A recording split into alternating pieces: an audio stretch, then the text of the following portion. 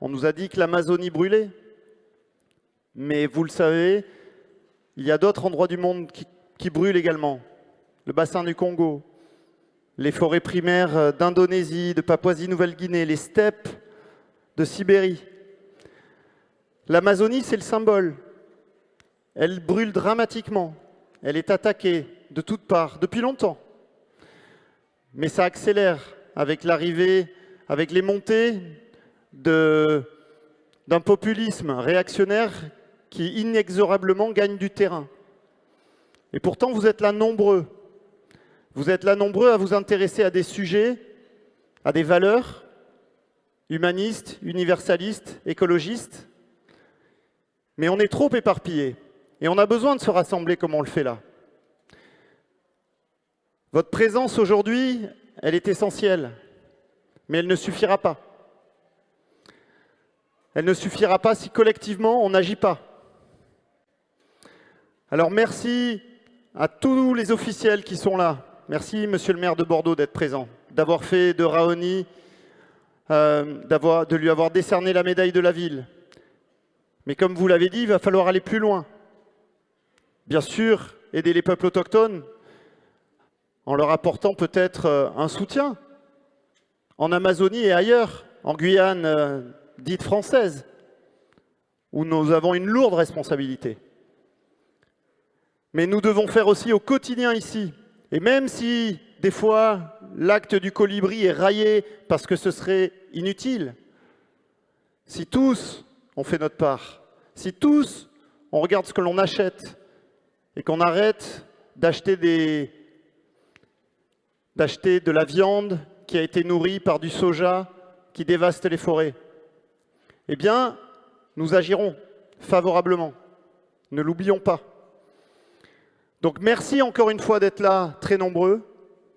Merci d'agir collectivement, individuellement et collectivement, parce qu'on aura besoin d'être partout, tout le temps, que notre archipel des consciences se ramifie pour faire un contre-courant puissant face à ces montées réactionnaires, face à un néolibéralisme dérégulé qui dévaste le monde aujourd'hui.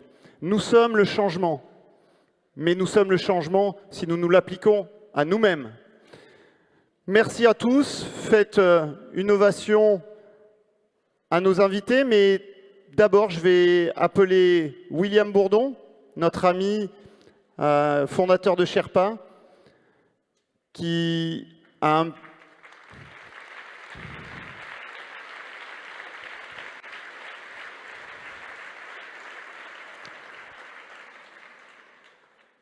William Bourdon va s'exprimer pour vous parler d'Edgar Morin, qui devait être là aujourd'hui avec nous. C'est un ami très proche d'Edgar. On a reçu un appel tout à l'heure. Il va vous expliquer le pourquoi de son absence. C'est un très proche de Edgar.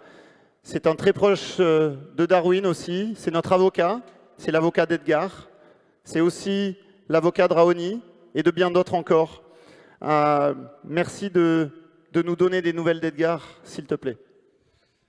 Merci Philippe de cette responsabilité immense que tu me confères, de dire quelques mots à propos d'Edgar. Mais d'abord, merci à toi Philippe et à toutes tes équipes d'être à la hauteur de cet événement. Merci à toi et toutes les équipes de Darwin.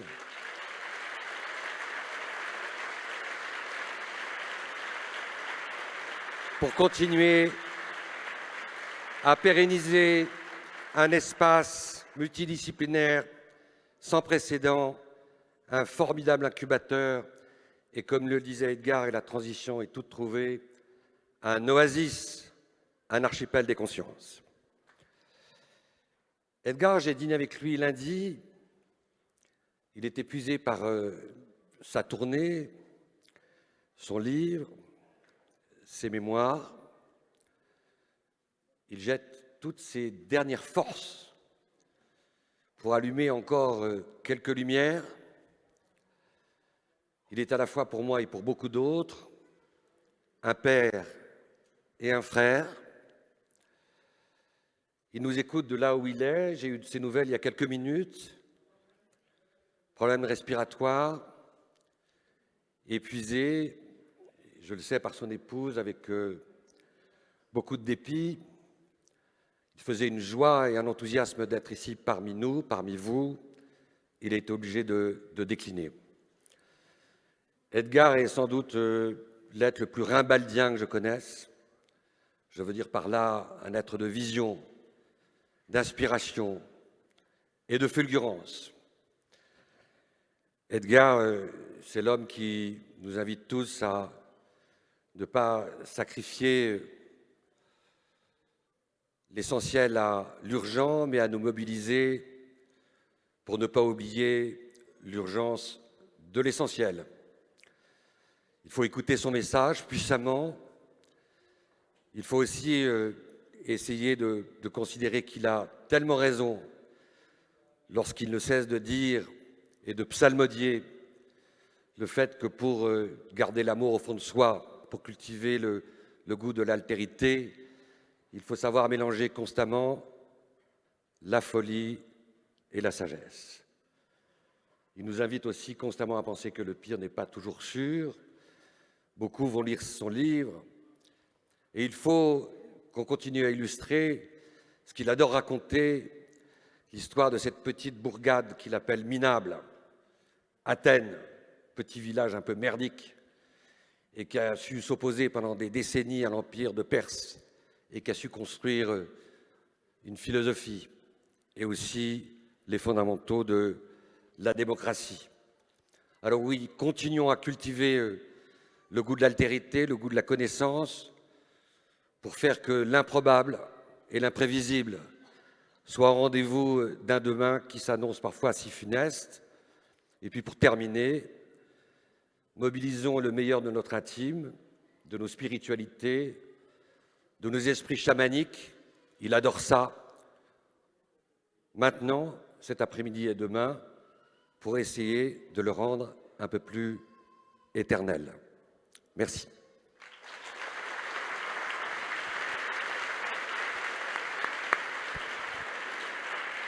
On laisse place à nos invités de cette table ronde, même si elle n'est pas complète. Nicolas, merci d'être avec nous une nouvelle fois. Tu nous soutiens depuis longtemps. Je t'invite à monter sur scène. Alexia, Pablo, merci à vous et bonne conférence.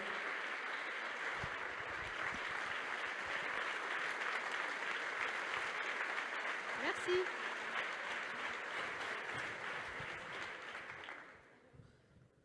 Bonjour à toutes et à tous. Je suis Alexia Soyeux. Je suis ravie de présenter cette table ronde devant autant de monde. J'anime par ailleurs un podcast qui s'appelle Présage et qui s'intéresse à toutes ces questions d'écologie et d'effondrement. Le titre de cette table ronde est « Dernière nouvelle d'une civilisation en déclin ». De fait, nos sociétés dites modernes ont pu, depuis la révolution industrielle, s'extraire des limites physiques de la planète grâce, comme vous le savez, à l'explosion de puissance des énergies fossiles, grâce aussi à un système économique prédateur et destructeur. Désormais, face à la catastrophe écologique, climatique, à l'effondrement du vivant, nos sociétés sont forcées de constater les limites et l'impasse de ce développement. Il nous faut urgemment questionner notre rapport au monde, notre définition du progrès et de ce qu'est ou ce que devrait être une société juste et égalitaire. À tous les égards, notre civilisation industrielle semble sur le point de s'effondrer et bien plus qu'une crise simplement écologique, nous sommes face à une crise de civilisation. Nous sommes donc réunis aujourd'hui avec deux personnalités qui ont chacune pu réfléchir, penser et agir autour de cette question écologique. Nicolas Hulot, vous êtes journaliste, vous êtes aussi le fondateur de la fondation qui porte votre nom et vous avez passé un petit peu de temps au ministère de la Transition écologique et solidaire. Pablo Servigne, vous êtes, donc on va se vous voyer au début et puis après on verra ce que ça donne. Vous êtes chercheur interdépendant, vous êtes le créateur de la notion de collapsologie, cette recherche interdisciplinaire qui questionne l'effondrement de la civilisation industrielle et ce qui pourrait lui succéder. Je voulais d'abord savoir, avec donc cette introduction, cette thématique assez lourde et dense, comment vous vous sentez face à tout ça ?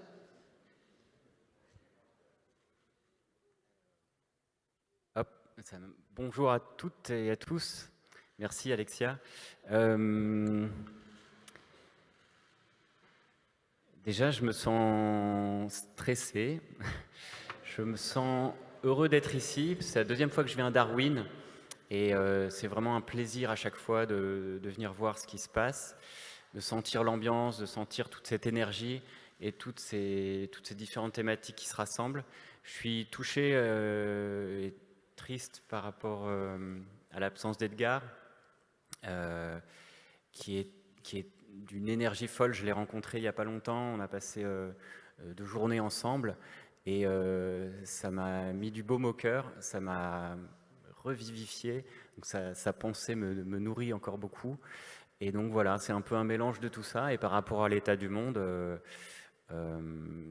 ça alterne entre pessimisme et optimisme. C'est même pas du pessimisme optimiste. Là, on se prend des coups durs cet été. Voilà, et que ça soit dur ou qu'on soit pris dans toutes ces émotions dites négatives, il faut trouver le courage. Et le courage, il y en a encore un peu. Voilà, on va le partager aujourd'hui, j'espère. Merci beaucoup d'abord à toute l'équipe de Darwin de maintenir ce rendez-vous qui nous permet de nous recharger en ondes positives. Comme Pablo, j'ai une petite pensée pour Edgar, qui est un esprit si précieux dans notre entourage et qui a tant compté pour nous, qui compte pour nous, qui est un guide, qui est une exigence, qui, comme Stéphane Hessel, nous indique toujours qu'il y a toujours quelque chose auquel il faut échapper, c'est la résignation, qu'il faut garder l'espoir, même si parfois ça devient une sorte d'acte de bravoure. Donc si Edgar nous entend, eh bien si nous sommes là, c'est grâce ou à cause de lui et on a besoin de lui. Comment on va ? Quand on ferme les yeux, ça peut aller. Quand on les ouvre, et pardon si on va un tout petit peu plomber votre samedi, mais comme le disait Pablo, le problème n'est pas de savoir si on est optimiste ou pessimiste. Il faut être lucide, il faut être réaliste. On est dans un moment très particulier de l'histoire de l'humanité où, de mon point de vue, tous les possibles sont ouverts. Mais les fenêtres se rétrécissent. Et le choix, si tant est que nous l'ayons encore, je me souviens toujours de cette phrase d'un philosophe dont j'ai oublié le nom, il disait « Je déplore que le sort de l'humanité soit dans d'aussi mauvaises mains que les siennes. » On va essayer de lui donner tort. Parce que si un jour, effectivement, nous perdons les cartes, si nous n'avons plus notre destin en main, ce qui nous pend au nez, alors effectivement, la tentation du désespoir sera peut-être la seule issue. Je reste convaincu, pas simplement pour m'en autoconvaincre, que tout n'est pas joué, mais l'on sent bien intimement que nous sommes sur une ligne de crête et que le point de bascule est fragile et que c'est un peu l'heure de vérité pour l'humanité tout entière. C'est le moment où on devrait accomplir notre phase d'humanisation. Et Edgar Morin, mieux que quiconque, définit bien ce moment délicat, ce moment subtil, ce moment déterminant, quand il souligne ce paradoxe que nous sommes technologiquement triomphants et culturellement défaillants. Eh bien, c'est exactement ce à quoi nous sommes confrontés, mais confrontés sans attendre. Que faire de notre intelligence ? Que faire de notre humanité ? Notre intelligence est mise en demeure immédiatement de prendre en charge les conséquences de son propre succès. Nous sommes mis en demeure de donner du sens au progrès, mais surtout de redéfinir collectivement le progrès. Mais surtout, nous sommes mis en demeure parce que, comme l'a dit Edgar Morin, puisque nous sommes perdus, soyons tous frères, nous sommes condamnés à nous tendre la main et non pas à ériger des murs.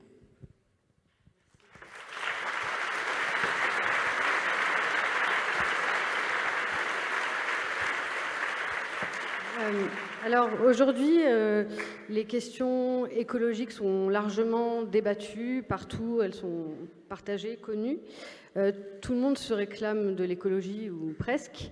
Et je me demandais si on n'avait pas avant tout un problème de définition. Est-ce qu'on parle tous de la même chose quand on parle d'écologie? Et donc ma question est, quelle est votre définition de l'écologie? En 2 minutes. Moi, je me suis jamais dit écologiste. Je suis plutôt écologue, en fait. J'ai fait des études d'agronomie et de biologie. Donc, pour moi, j'ai baigné dans ce bain depuis longtemps. Je suis rentré dans cette question des grandes catastrophes et des possibles ruptures systémiques par d'autres mots, dans les deux sens du terme. Mais plutôt, déjà, il y a le mot anthropocène qui est arrivé récemment et qui signifie qu'on qu'on change d'époque et qu'on sort de cette stabilité de 10 000 ans de l'Holocène pour arriver vers de l'incertain. Et en ça, la pensée de Morin est précieuse, de l'incertitude, de l'imprévisible.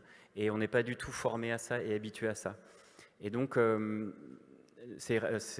comment dire, ma formation de biologiste, avec cette racine de la complexité aussi, fait que je suis arrivé dans cette pensée de l'écologie politique avec des nouveaux concepts, des nouveaux outils qui ont permis de voir un peu différemment les choses.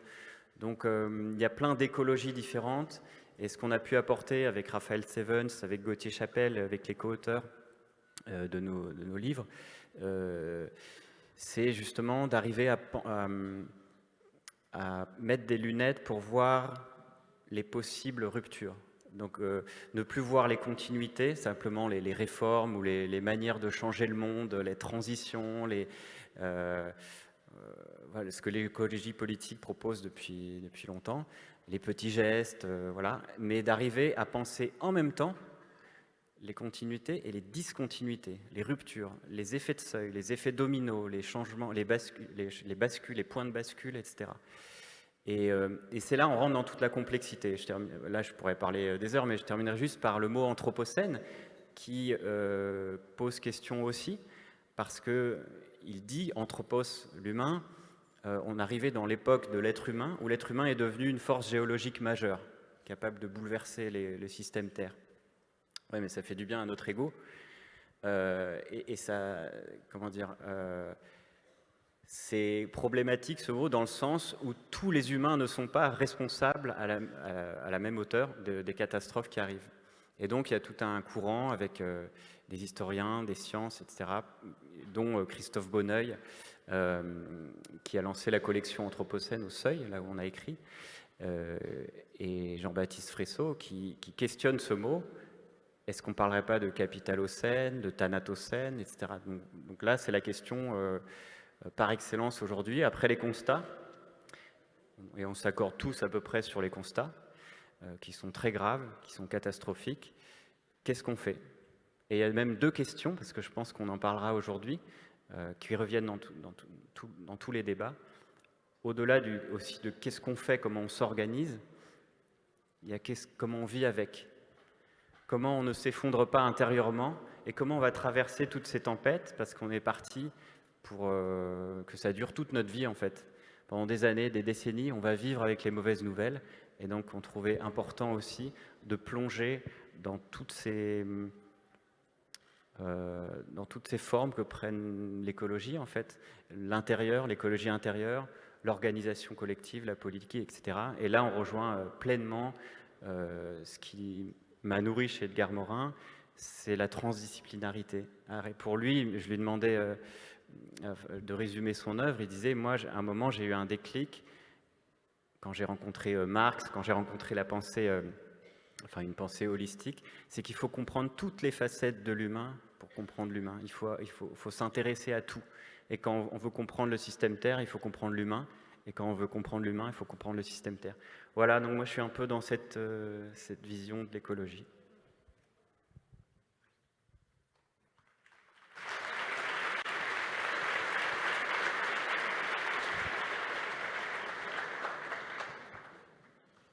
Étymologiquement, chacun connaît le sens du mot écologie, la science de la maison.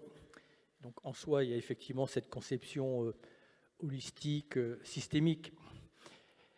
En réalité, le vocabulaire est commun, mais la perception, la manière dont on ressent les choses n'est pas du tout la même. Et il y a un immense malentendu. Les gens vont dire les mêmes choses, mais pour certains, c'est un souci parmi d'autres. Et pour d'autres, c'est l'essentiel. Et c'est là qu'il y a un immense malentendu, parce que parfois, il y a de la bonne foi partout. Parfois, certains vont, dans un élan, parler d'écologie comme de l'enjeu du siècle, mais y croient-ils eux-mêmes, tant l'exercice, l'effort, et surtout, tant est effrayant quand on essaye de regarder quelles sont les racines du mal.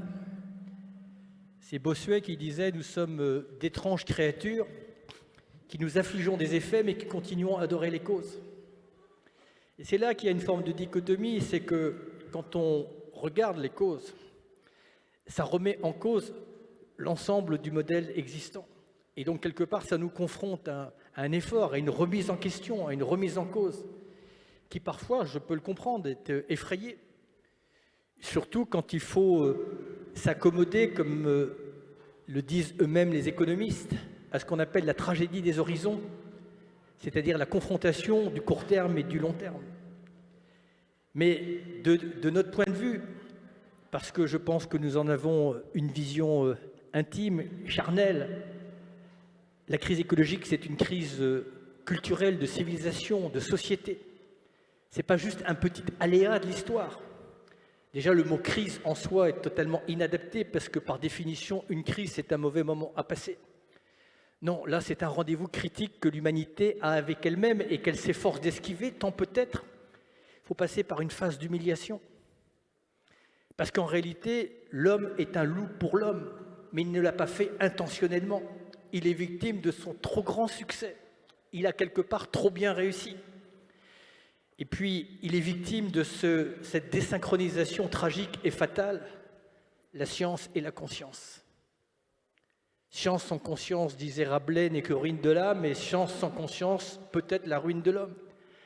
Allons-nous être capables, collectivement, par rapport à un enjeu universel, de nous reposer des questions essentielles? Qui sommes-nous? Où voulons aller? Où pouvons-nous aller? Sommes-nous capables de faire des choix? Sommes-nous capables collectivement de définir ce qui appartient au progrès? Qu'est-ce que le progrès? Et toutes ces questions sous les injonctions desquelles nous sommes, allons-nous prendre le temps nécessaire pour y répondre? Et c'est ce paradoxe de notre puissance d'un côté, mais comme disait Mandela, notre plus grande faiblesse, ce n'est pas notre puissance, c'est notre aveuglement. Et donc on est à ce point où il faut qu'on soit capable de cette révision intime, mais surtout de nous voir au-delà de nos différences. Et de voir ces différences, non pas comme un handicap, mais comme une extraordinaire opportunité. Est-ce que dans ce monde où on a tendance à se perdre dans une sorte d'hybris technologique, allons-nous être capables de se poser ces questions essentielles? Allons-nous être capables de renouer avec la question du sens? Allons-nous être capables de faire de nos différences une extraordinaire opportunité? Allons-nous être capables de refondre le modèle économique qui est un faux espoir, qui promet un accès illimité à des besoins illimités, alors que sur des ressources, elles, limitées? C'est le temps de vérité pour l'humanité. Et si nous sommes capables collectivement, parce que effectivement rien n'est dit sur l'issue finale dans ce siècle, c'est clair que c'est l'heure de vérité, c'est le siècle de vérité. La bonne nouvelle, c'est que de point de vue économique et technologique, nous en avons largement assez pour construire, entamer cette transition, mais il fait défaut de trois choses, la volonté, l'intelligence collective, et il y a un capital que nous n'avons plus parce que nous l'avons épuisé, c'est le temps.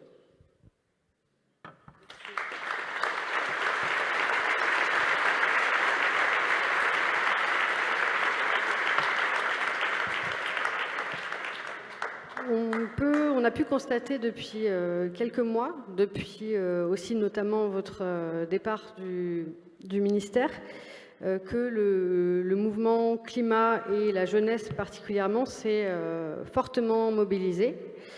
Et on entend beaucoup dans les milieux écologistes qu'il faudrait désormais être beaucoup plus radical dans l'analyse, dans les actions aussi, face, encore une fois, je ne vais pas refaire tout le tableau, mais face aux menaces imminentes, aux destructions, à l'urgence. Il faudrait donc revenir à la racine des problèmes. Et je ne suis pas sûre que tout le monde identifie de la même façon la racine des problèmes. Donc mes deux questions sont, à votre sens, avez-vous identifié quelle est, s'il y en a une racine à tous nos problèmes, et faut-il, oui ou non, être radical désormais? Là, on ouvre le gros dossier, là. Mais je reprends un peu ce que tu disais, Nicolas, parce que quand on arrive dans les causes, en fait, on s'accorde tous sur le constat, et à un moment, tout le monde se chamaille quand on arrive à la question de pourquoi on en est arrivé là, donc les causes. Et donc, du coup, en négatif de la question des causes, il y a le qu'est-ce qu'on fait, parce que si on arrive à identifier une cause, on a l'horizon d'action. Et là, tout le monde se chamaille, tout le monde a sa petite théorie. Et alors, sur les causes, moi, on peut en trouver là 50. Là, on est nombreux. Les plus courantes, c'est la faute au capitalisme, à l'Occident, à la modernité. Qu'est-ce qu'il y a d'autre? L'invention de la civilisation, le patriarcat, très bien. Quelqu'un en a d'autres? Il y a l'agriculture, l'invention de l'agriculture. Et alors,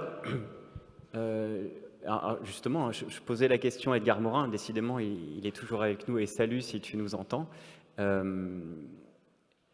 qui est intéressant, pour moi, de dire qu'il n'y a qu'une cause, c'est trop simpliste. C'est l'arbre qui cache la forêt, et je trouve intéressant, pour aller dans la complexité, de trouver l'enchaînement des causes, les causes des causes, etc. Et donc, je lui demandais cette question des causes, qu'est-ce qu'on fait? Où on en est, comment on pense ça. Et en 2 minutes, il m'a déroulé un enchaînement de causalité jusqu'à aujourd'hui. Pour lui, il y a 2 barbaries, et je le rejoins tout à fait là-dessus. La barbarie qu'on connaît tous, les autoritarismes, les fascismes, etc. Et la barbarie beaucoup plus pernicieuse du néolibéralisme, de la pensée qui quantifie tout. La pensée managériale, qui voit tout en algorithme, et ça, voilà, qui déshumanise, qui rend l'homme unidimensionnel, comme disait Marcuse. Je vais essayer de citer des grands auteurs, tu le fais beaucoup, ça. Je vais essayer de m'y mettre.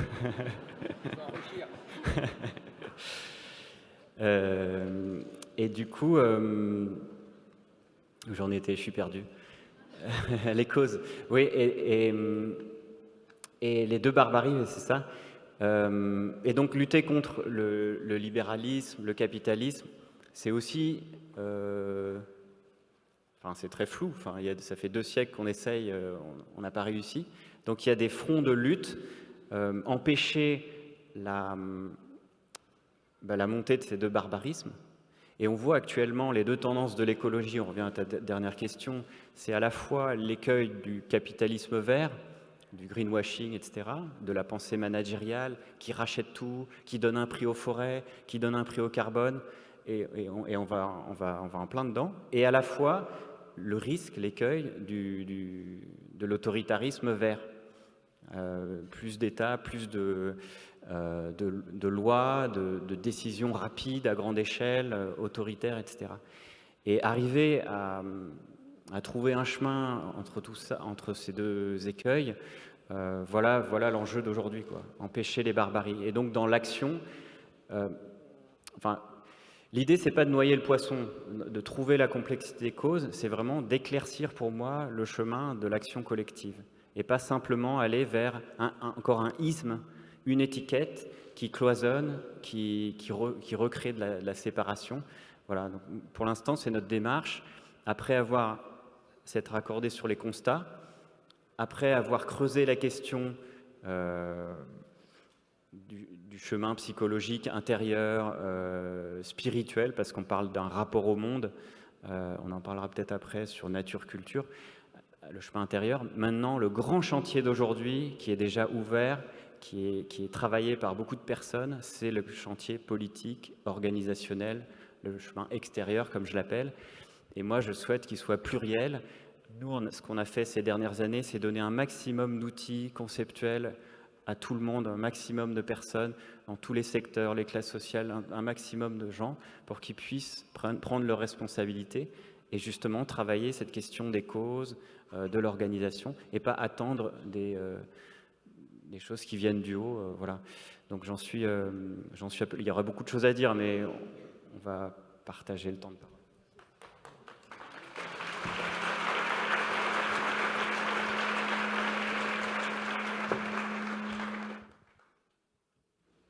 D'abord, moi, je voudrais apporter une petite nuance quand tu dis que, en fait, nous avons partagé le constat. Je serais plus prudent. On dit la même chose. Mais est-ce qu'on croit la même chose? Non, je pense, quand, y compris les chefs d'État, dans les grandes conférences internationales, disent que c'est l'avenir de l'humanité qui se détermine, y croient-ils vraiment? Parce que s'ils y croyaient intimement, viscéralement, est-ce qu'ils resteraient dans une forme de distance, de zénitude? Je ne vais pas dire d'indifférence parce qu'on n'en est pas à ce stade-là. Mais si effectivement se joue actuellement l'habitabilité, pour employer un euphémisme, de la planète, on devrait sonner une forme de mobilisation générale. Comment se fait-il que l'Assemblée générale des Nations unies ne se réunisse pas urgemment sur le sort de la forêt amazonienne, qui fait menacer sur l'humanité un péril aussi fort que le développement des armes nucléaires ou pas dans certains pays? Donc on voit bien qu'il y a une espèce de malentendu, ce n'est pas de la mauvaise foi, c'est qu'il reste quand même probablement un reliquat de scientisme dans l'esprit des gens les plus intelligents qui pensent que la technologie et l'économie viendront à bout de ces difficultés. Donc, ont-ils conscience de l'urgence, si tant est que, comme Edgar Morin le dit, ce mot est encore un sens, de la gravité, de l'imminence?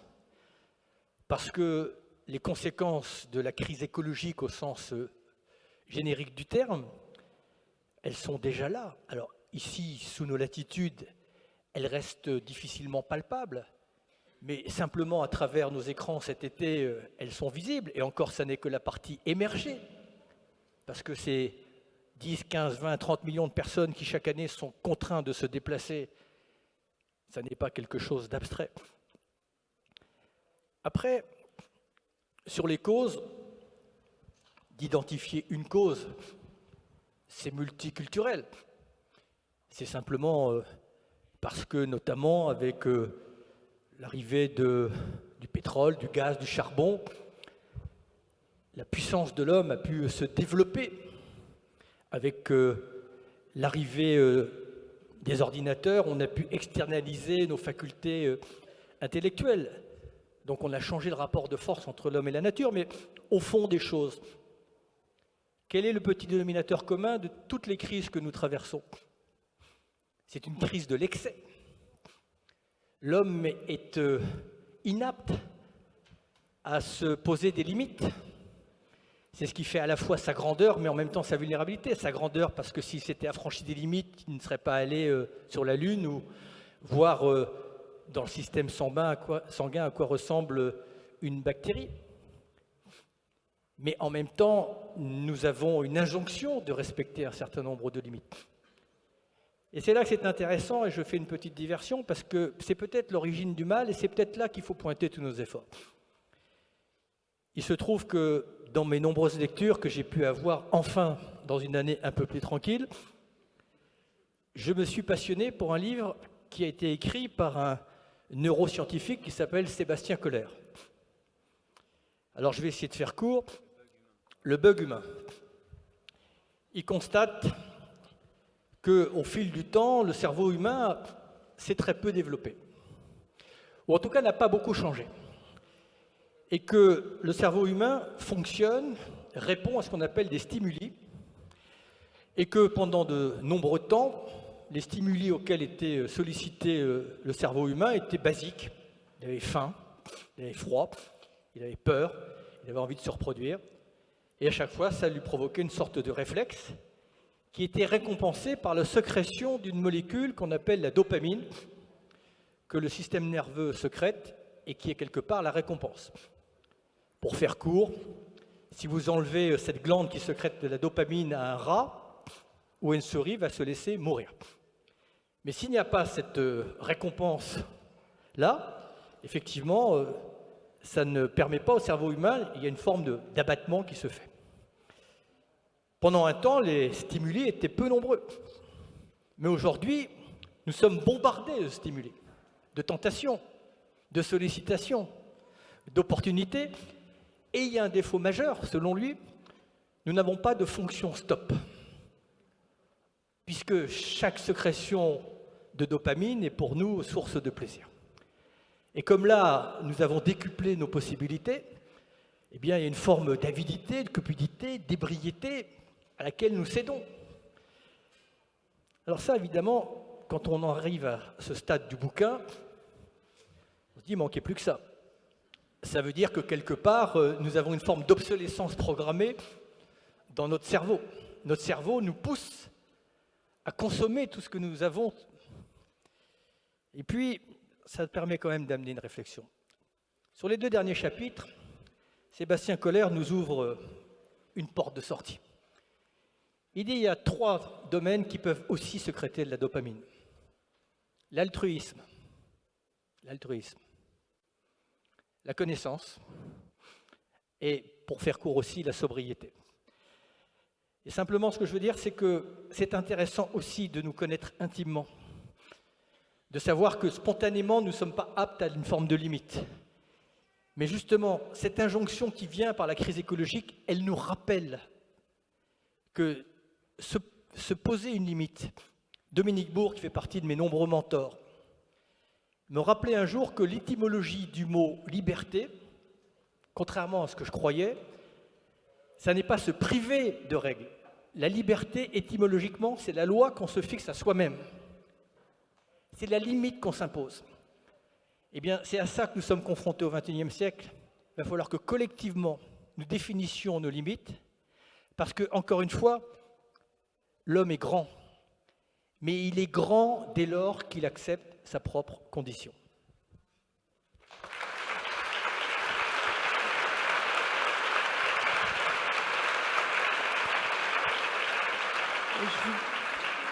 Je voudrais revenir quelques minutes sur le mouvement climat et le mouvement de la jeunesse.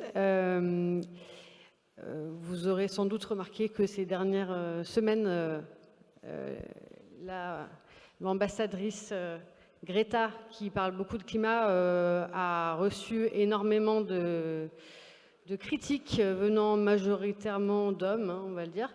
Une violence assez inouïe. Qu'est-ce que ça vous inspire?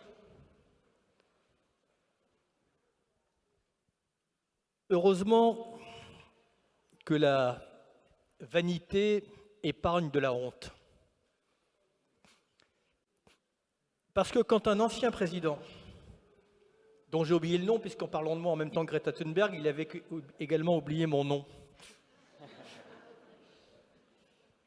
dans un raffinement de cynisme dont il peut être coutumier, se permet de tourner en dérision une voix qui représente la jeunesse, son inquiétude, son espoir, son attente, qui émerge au-dessus du bruit de fond de la société, sans jamais avoir proposé quelque chose d'intelligent, de structurant sur ce sujet-là, qui est le sujet du XXIe siècle. Eh bien, ça me fait penser à ce proverbe chinois qui dit que quand le sage monte la lune, l'imbécile regarde le doigt.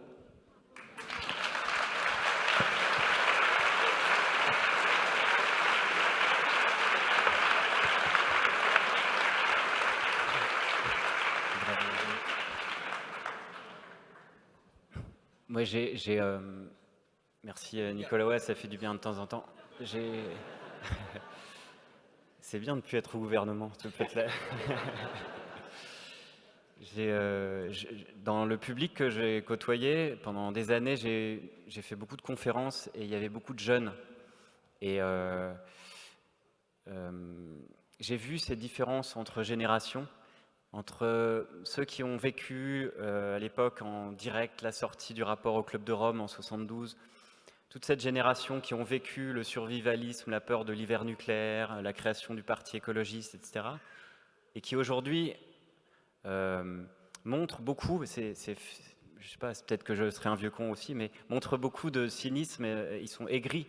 Et je crois que ça doit être assez dur de répéter 40 ans la même chose et de ne pas voir le virage s'amorcer. Et je trouve dans cette jeunesse l'énergie qui manquait justement à cette génération qui nous a beaucoup appris. Et il y a une transmission de génération là qui est très intéressante.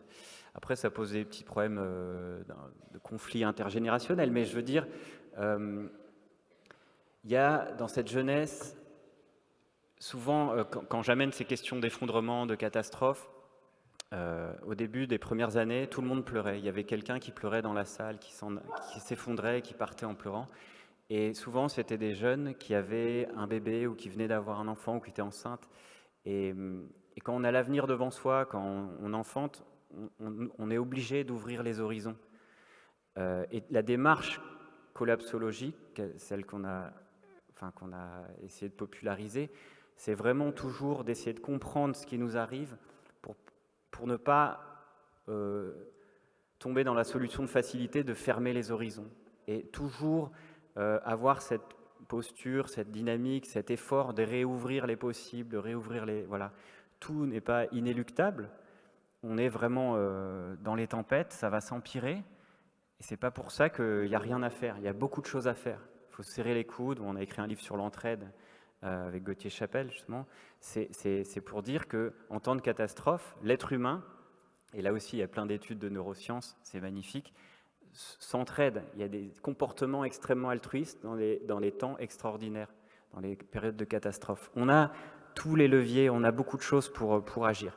Et dans cette jeunesse, je sens à la fois l'énergie de, finalement, si ce monde, le monde des vieux, on va dire, s'effondre, on peut recréer il y a cette joie, cette excitation que je ressens. Il n'y a pas que de la tristesse, de la colère, du désespoir, il y a aussi une certaine excitation, et pas malsaine, une excitation à vivre dans un monde qu'on va pouvoir recréer, parce qu'il y a il y a des choses qui vont plus marcher. Et moi, j'ai envie de nourrir ça. Quand je vois... Alors ça, c'est une partie de l'énergie de la jeunesse. Et l'autre partie, c'est celle qui est très bien résumée dans le slogan de Extinction Rebellion, qui dit « L'espoir meurt, l'action commence ». Et ça me donne des frissons. Je suis en plein dedans, je suis totalement en phase, je soutiens vraiment cette énergie de la jeunesse qui me fait penser, et encore une fois, un petit clin d'œil à Edgar Morin, parce que quand on discutait de la guerre avec lui, je lui demandais sur la guerre, quand la France s'est effondrée, quand il y a eu l'occupation, c'était un effondrement politique, qu'est-ce qui s'est passé ? Et lui, son premier acte politique, il m'a raconté, c'était à 15 ans. À 15 ans, amener un paquet pour les républicains et les anarchistes espagnols à Barcelone. À 15 ans. Et Greta Thunberg, elle a 16 ans. Ça veut dire que j'ai vraiment l'impression que cette jeunesse adolescente de 15, 20, 25 ans, là, ils sont beaucoup plus adultes que la plupart des adultes aujourd'hui. Et ils ont...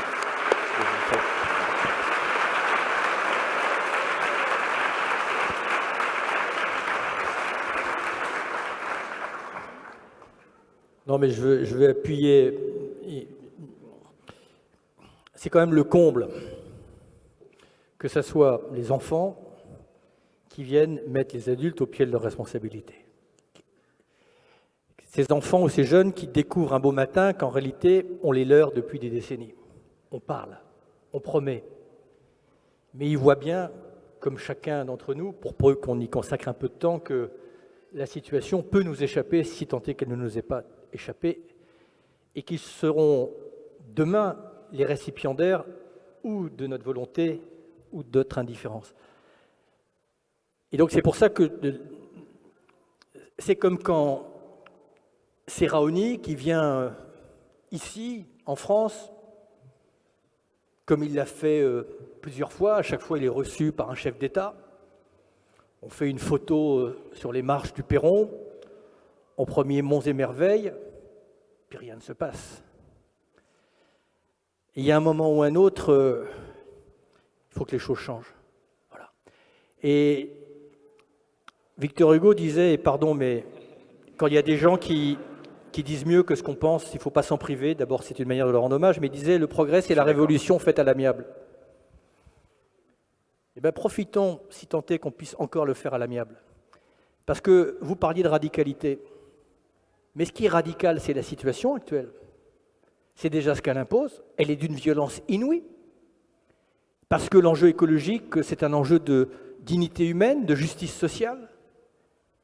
La crise climatique, aujourd'hui, elle va frapper prioritairement des hommes, des femmes et des enfants qui sont déjà en situation de vulnérabilité, qui subissent les conséquences d'un phénomène qu'ils n'ont pas provoqué, qui lui-même est la conséquence d'un modèle de développement dont ils n'ont pas profité et qui parfois s'est fait sur leur dos. Ce n'est pas d'une extrême violence, ça. Et Raoni, il vient ici avec humilité, avec sagesse, pas un mot belliqueux. Mais un jour, toute sagesse a une fin. Et donc, mettons de côté nos idéologies creuses, nos confrontations stériles, et retrouvons-nous sur l'essentiel.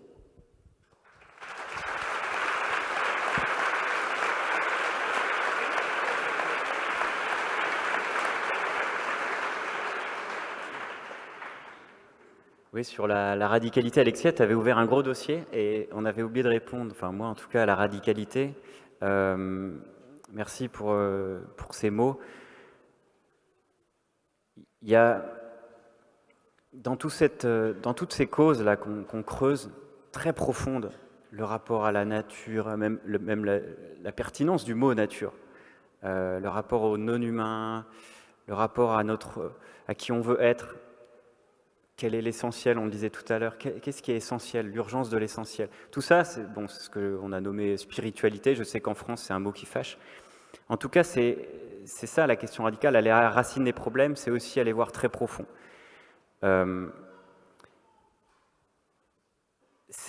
Pour moi la question, il y a deux choses que je voulais dire. La première, c'est qu'on touche là la question de la finitude, c'est celle de la mort en fait.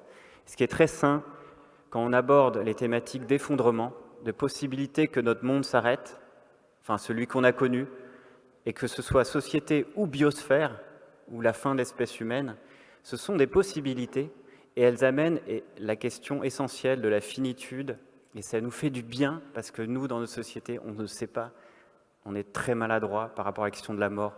Et ça me fait penser à... Enfin, la métaphore que j'ai, c'est celle du docteur qui va annoncer à un patient qu'il a un cancer. Comment il fait ? Bon, vous avez un cancer, imagine, vous avez un cancer et il part comme ça, sans prendre soin du patient. Et c'est une mauvaise nouvelle qui détruit la vie, le présent du patient, alors que la mauvaise nouvelle concerne le futur. Donc ça met de la peur, ça désagrège son présent, alors qu'il n'est pas encore mort. Il a des années à vivre, le patient. Il pourrait bien les vivre. Et la question clé, elle est là. Elle est comment on prend soin de garder la lucidité, comme tu disais, de dire qu'il y a un cancer. Il faut le dire lucidement, avec les mots appropriés. Il faut prendre soin du patient. Le docteur, ils ont fait beaucoup de progrès. J'ai regardé la littérature scientifique. C'est depuis les années 80. Avant, les docteurs, ils disaient ça n'importe comment. Et là, il y a vraiment prendre soin, sans toutefois exagérer, mais en ouvrant les possibles. Ces dernières années que vous allez vivre, ça peut être les meilleures de votre vie. Si vous vous embarquez dans ces dernières années en disant « c'est foutu, de toute façon, je vais mourir », eh bien vous allez mal les vivre, hein, vous allez pourrir la vie de votre entourage. Et si vous prenez ce déclic, comme finalement, eh ben, ce qui me reste, c'est l'essentiel, c'est dire à mes amis que je les aime, c'est faire ce qui est essentiel pour moi maintenant, pour le monde, la planète, peu importe nos affinités. Et en s'ouvrant à ça, vous vous ouvrez non seulement à bien vivre ces dernières années, mais à la possibilité, encore une fois, possibilité, peut-être de guérir, ou peut-être de repousser l'échéance. Et la question clé, elle est là.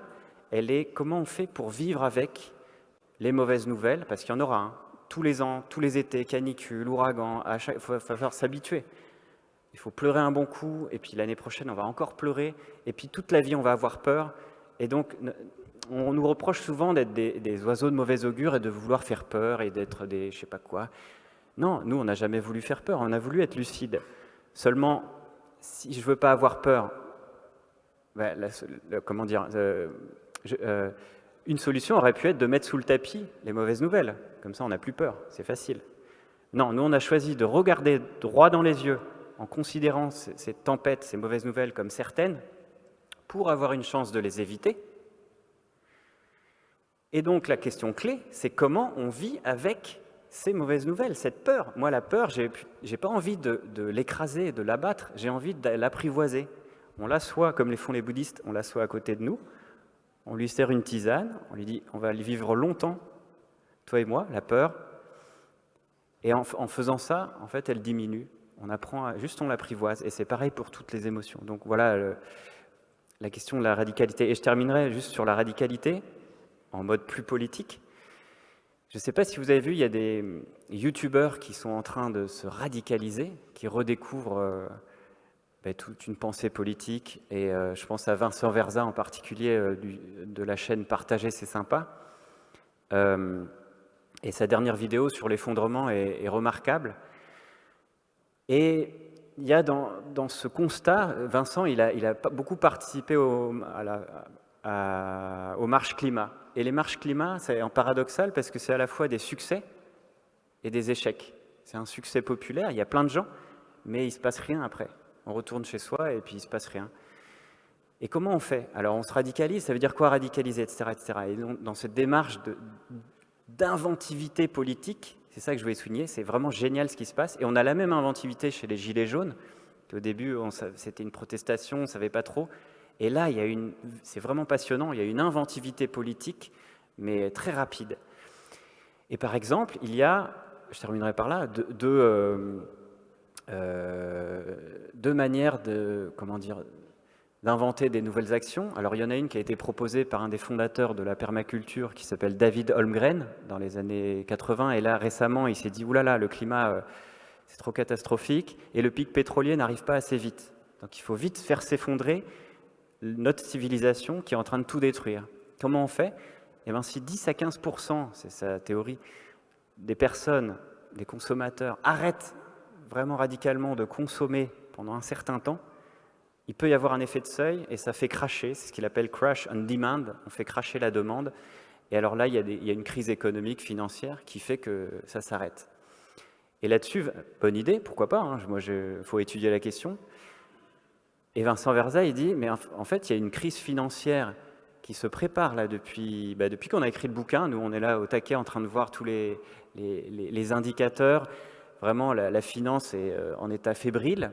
Les experts parlent d'une prochaine crise qui sera majeure, beaucoup plus qu'il y a 10 ans. OK, elle arrive.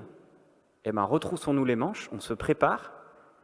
Et cette brèche qui va arriver, où le monde, disons, le système qui détruit beaucoup de choses, sera à genoux, profitons de cette brèche pour continuer à l'enfoncer. Et donc, organisons-nous préventivement pour non seulement être résilients pour cette prochaine crise financière qui va être dure, donc entre nous, on s'entraide, et on profite pour attaquer politiquement le système. Voilà 2 propositions.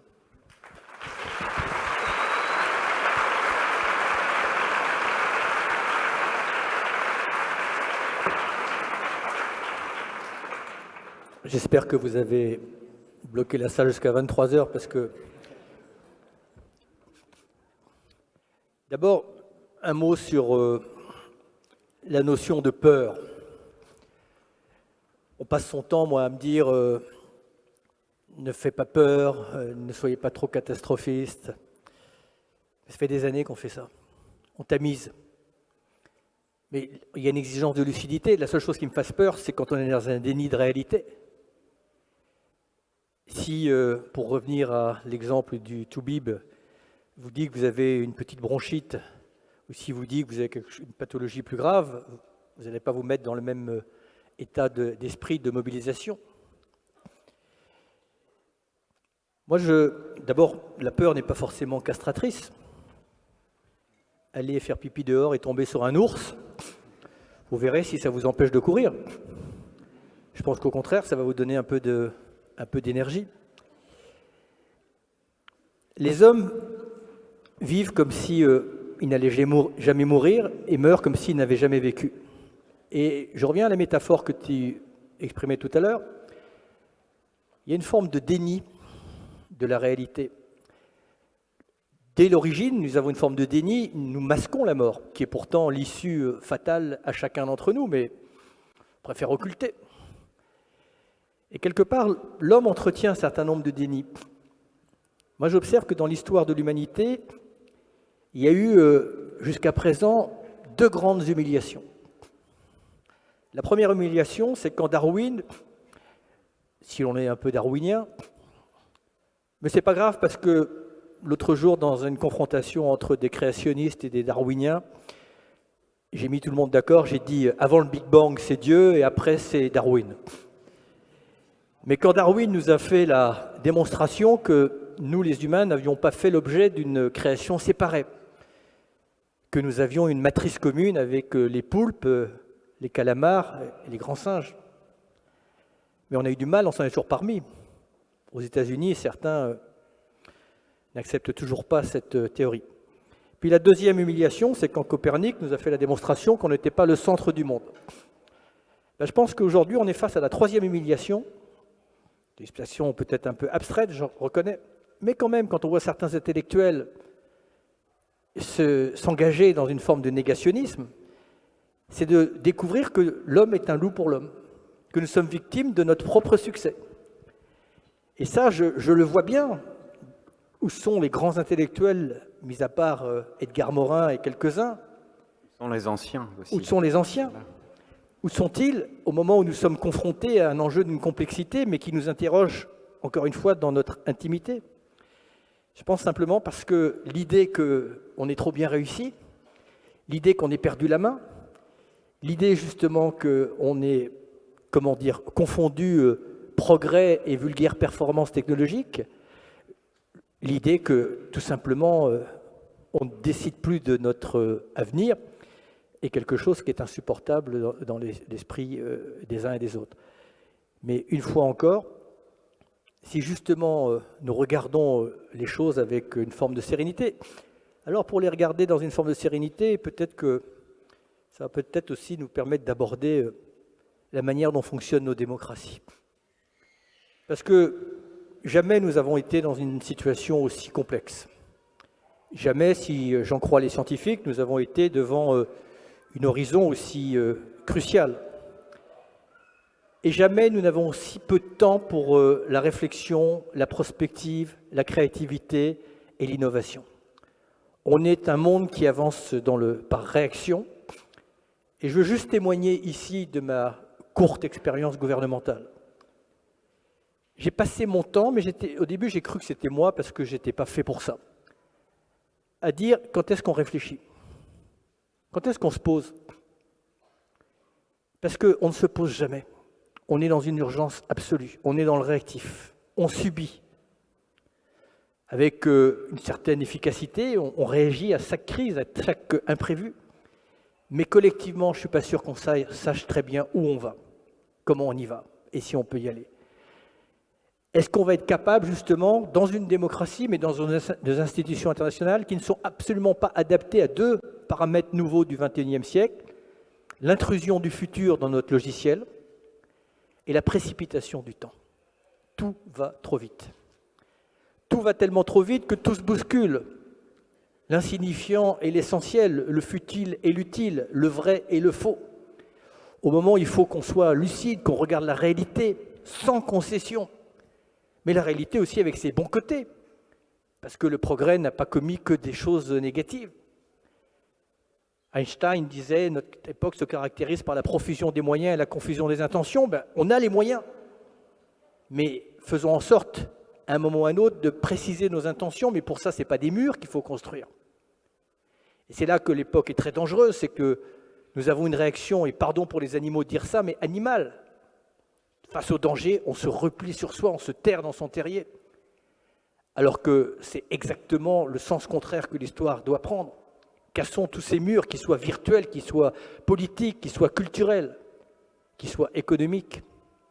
Et comme disait Edgar, soyons frères.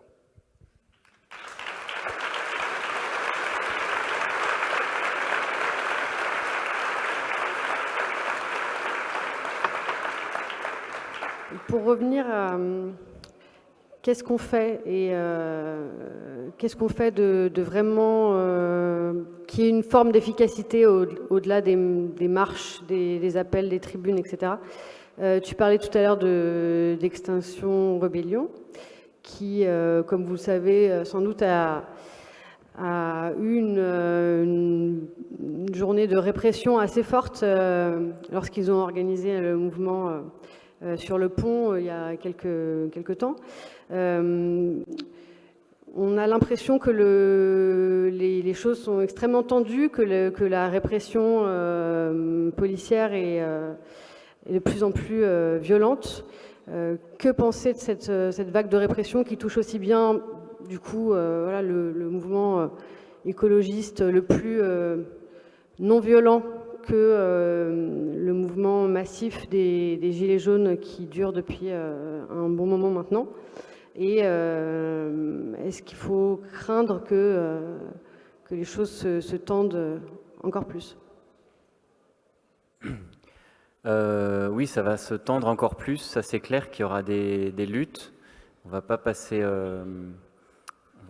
à côté. Donc, en fait, dans ce brouillard idéologique où il y a des étiquettes qui surgissent de partout et je pressens qu'on va de moins en moins comprendre ce qui se passe au niveau médiatique et au niveau idéologique, et ça va créer des tensions. Donc il y aura à la fois des luttes. Quand on parle, on dit souvent qu'est-ce qu'on fait, il y a 3 axes, hein, n'oubliez pas, c'est Joanna Macy, une éco-psychologue états-unienne qui rappelle ça. Lutter pour défendre la vie, pour empêcher que ça se détruise, lutter, créer des alternatives et le changement de conscience. C'est un tabouret, il y a 3 pieds, s'il en manque un, on se casse la gueule. Et on n'est pas dans le ou, c'est vraiment du et. Souvent, dans ceux qui luttent, ils disent arrêtez avec vos éco-villages, arrêtez avec vos trucs de yoga et de méditation. Non, en fait, on a besoin des 3. C'est ça d'ailleurs qui est intéressant dans la ZAD à Notre-Dame-des-Landes, par exemple.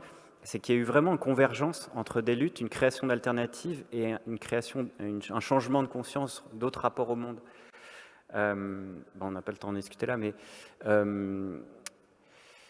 du coup, ouais, alors les luttes, il y aura de plus en plus de conflits sociaux, de conflits de classe, de conflits de toutes sortes, de replis. La peur fait des replis, je pense qu'on n'y échappera pas aussi, il y aura des replis. Ça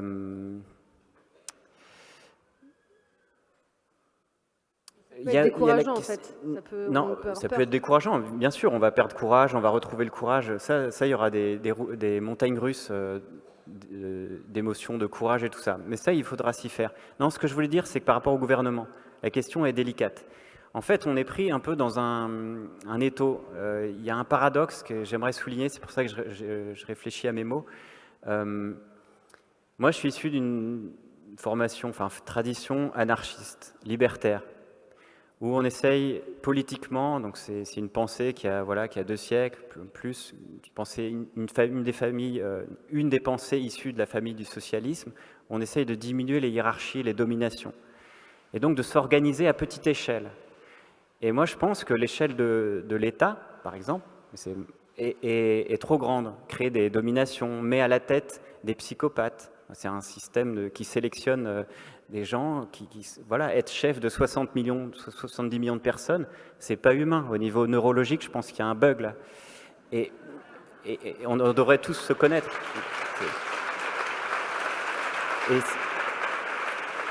Voilà, alors c'est bien de diminuer les échelles. On peut souhaiter, et c'est réjouissant, qu'un effondrement diminue ces échelles.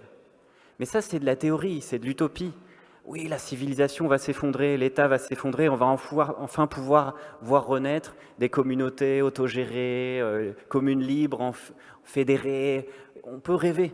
Seulement, on doit faire avec ce qu'on a. Et faire maintenant, rapidement, subir un effondrement de l'État, de la civilisation rapide, subi ou volontaire, hein, comme on le disait tout à l'heure, eh ben, même si ça peut faire rêver d'un côté, il y aura quand même des millions de personnes qui vont souffrir, quoi, et ça va être un bordel innommable.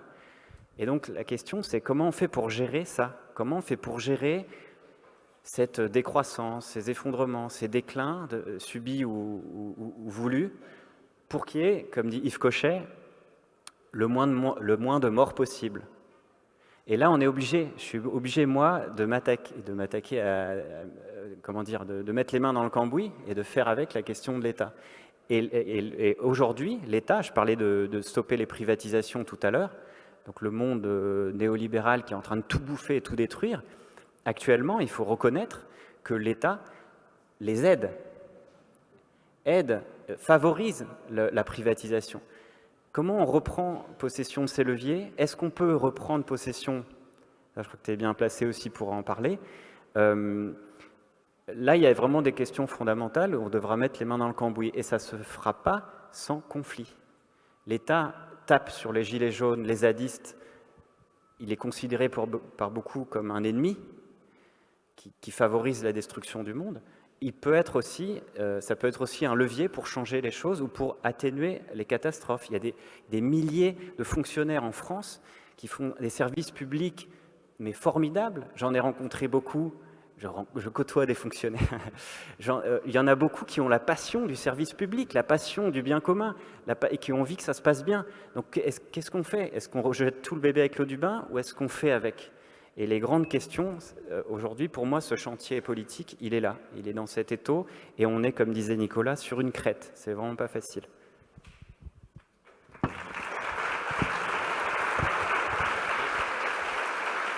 Et merci. Et juste dire que je suis perdu, comme beaucoup de gens, je ne sais pas quoi faire. Donc c'est un chantier de recherche. Voilà. Alors, effectivement, si vous êtes privé d'une sortie ce samedi en vous disant ils vont nous donner la solution, vous allez en être pour votre compte, parce qu'on est un peu paumé. Je disais à mes proches l'autre jour en rangeant des livres, je suis tombé sur un livre que j'avais fait avec Dominique Bourg il y a presque 30 ans. Tout d'un coup, j'ai réalisé que 30 ans étaient passés et qu'on avait déjà tout exprimé et que d'autres l'avaient fait avant nous. Donc on se dit, qu'est-ce qu'on n'a pas fait? Qu'est-ce qu'on peut faire? Qu'est-ce qu'on peut faire pour que cette révolution qui devrait nous enthousiasmer se fasse à l'amiable? Et oui, la violence me fait peur. Parce que la violence, elle est contagieuse, elle est mimétique. Moi, j'ai une cruelle conscience que dans l'histoire de l'humanité, la paix n'est pas la norme, elle est l'exception. Qu'avons-nous fait des dividendes de la paix, de cette période étonnante que nous aurions pu justement anticiper?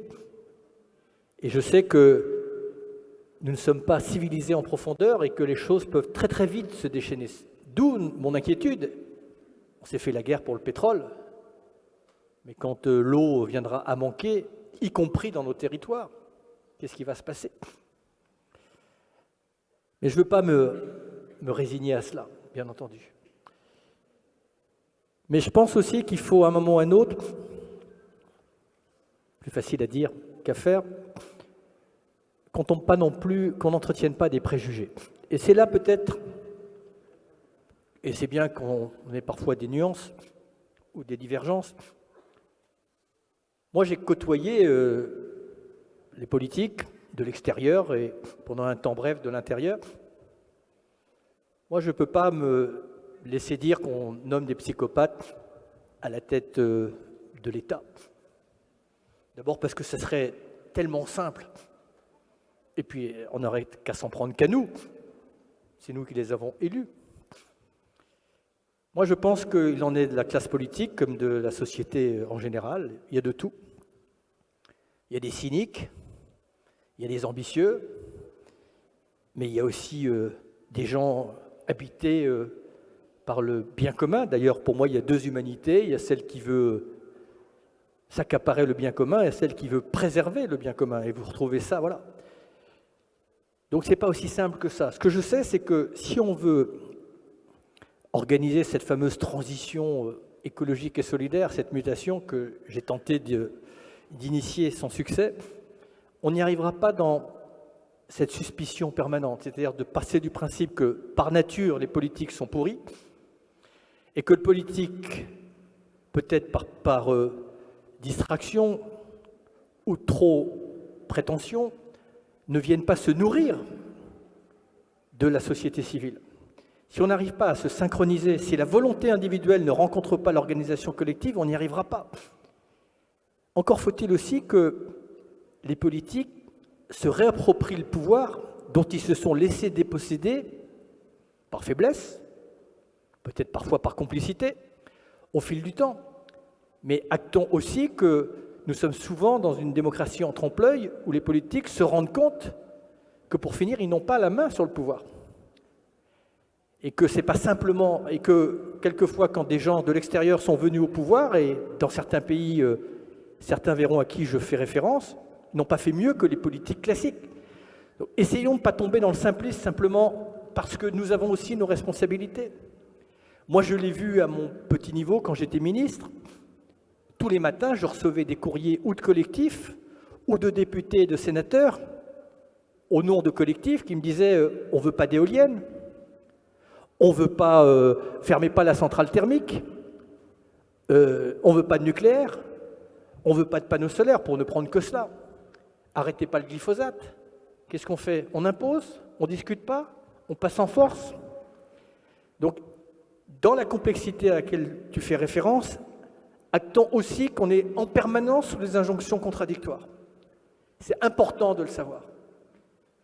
Si je ne suis pas arrivé à faire mieux, ce n'est pas que de ma faute et ce n'est pas que de la faute de Macron. C'est beaucoup plus compliqué que ça. En disant ça, j'avoue que je n'apporte pas forcément une solution, mais simplement, comment dire, de se déresponsabiliser ou de s'exonérer de responsabilité simplement sur le dos des politiques, c'est trop simple. C'est pour moi trop simple. J'ai vu, y compris à l'Assemblée, des gens qui bossent, qui pleurent, qui sont émus quand quelque chose ne passe pas. J'ai vu des gens capables de s'insurger à la tribune de l'Assemblée avec presque des larmes pour aller quelques secondes après à la buvette se marrer. Voilà, j'ai tout vu. Mais encore une fois, si on reste dans cette confrontation, si on reste notamment dans ce système politique où tout ce qui vient de la majorité est nul et non avenu, et que, comme le disait Victor Hugo, on abdique de sa conscience pour la consigne, on n'y arrivera pas.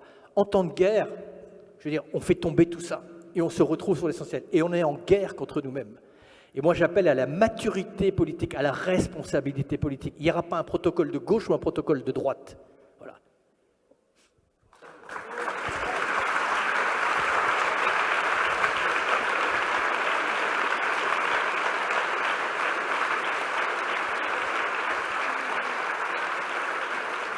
Merci. On va prendre des questions du public et ça serait bien qu'on alterne questions une femme, un homme, une femme, un homme, une femme.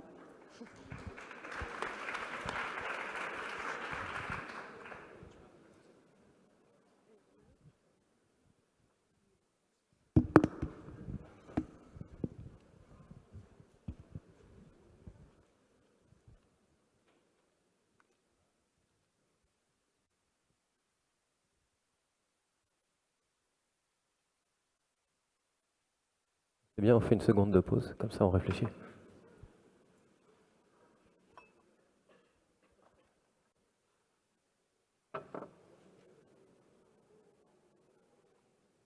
Je vais peut-être me lancer, vous avez trouvé quelqu'un? C'est bon. Il y a une dame juste à votre droite, monsieur. Il y a une dame là. Non, mais je voulais prendre la parole, mais j'attends qu'on me fasse signe. Ah, mais vous l'aurez. Eh ben bonjour. Alors je voudrais remercier les gens qui sont venus de très loin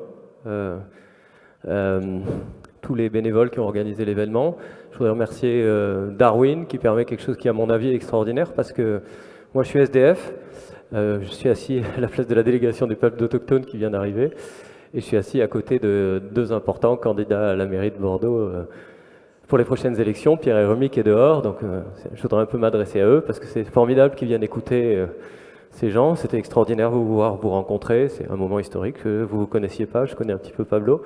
Non, je ne plaisante pas. Des gens sincères comme vous dans l'écologie, il n'y en a pas assez. Et voilà, j'espère qu'il naîtra une grande force de cette rencontre. Et je ne comprends pas pourquoi tu défends encore Macron comme ça. Moi, c'est ça qui me choque. J'ai jamais pu rencontrer Juppé depuis 20 ans que je suis à la rue à Bordeaux. Et là, je suis assis à côté de vous, donc c'est pour ça que je suis vraiment touché. Et j'espère qu'on aura l'occasion d'en parler. Je ne veux pas être provocateur, mais je ne comprends pas pourquoi Macron, avant les élections, devant Pascal Canfin, interviewé à WWF, disait « Notre mère, la terre, nos frères et nos sœurs, les animaux, je le sais, l'argent ne se mange pas ». Il faisait des promesses abracadabrantesques sur l'écologie. Il citait Saint François d'Assise et Grand Élan Noir. Moi, c'est mes références en écologie. Et qu'est-ce qu'il a fait? Il n'a rien fait, il t'a fait fuir. Il a fait mourir une grand-mère, arraché 25 yeux et 5 mains. On ne fait pas ça pour garder le gouvernement français. On ne peut pas faire ça. C'est pas possible. Il aurait dû dissoudre l'Assemblée nationale et faire vérifier par les élections qu'il était encore accrédité par la France. C'est selon moi ce qui aurait dû se passer. Je ne comprends pas pourquoi Vous aurez votre tour de parole, merci. Je ne comprends pas pourquoi tu es agressif comme ça avec Sarkozy. Enfin, moi aussi, j'ai trouvé abominable le gouvernement Sarkozy, mais ça va de mal en pis. On a fait une banderole Chirac revient avec Extinction Rebellion à côté pour dire c'était mieux sous Chirac, c'est de pire en pire. Je vous entends pas, madame. Donc voilà. Et moi.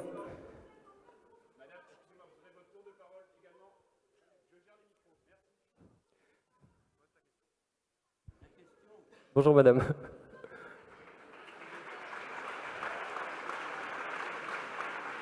Donc, je ne voulais pas déchirer la foule, et ma question s'adresse à toi, Nicolas. Hormis cela, et je veux bien que tu répondes pourquoi tu prends encore sa défense tellement, mais aussi je voulais te parler de l'appel des solidarités, qui est un truc extraordinaire que tu as fait, et je te l'avais demandé, je te le redemande.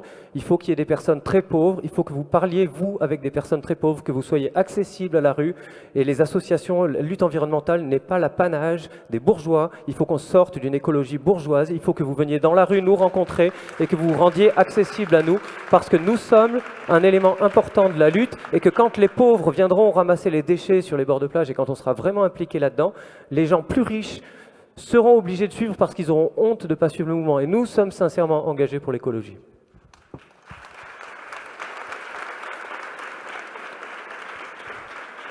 Ce que je peux faire, c'est très brièvement répondre et sans monopoliser la parole.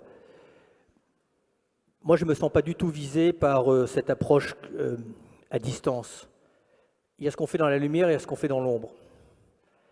Et la réalité sociale, je la connais peut-être, je la vis peut-être pas comme toi, mais je ne la regarde pas à distance. Tu sais où j'étais hier matin? Personne ne le sait, je vais t'oublier de le dire, mais c'est simplement, tu vois, j'étais à la prison de Bayonne. Bonjour. Quel est l'intérêt pour moi d'aller à la prison de Bayonne? J'en tire la moindre gloriole? Donc, la diversité sociale, je la connais.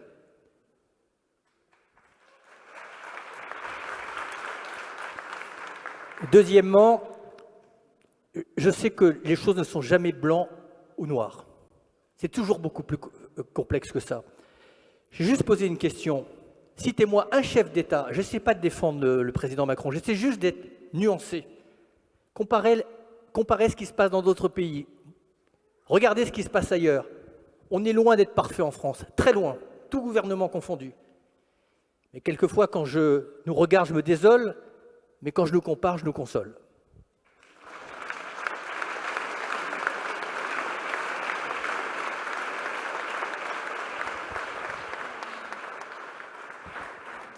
Bonjour. Là.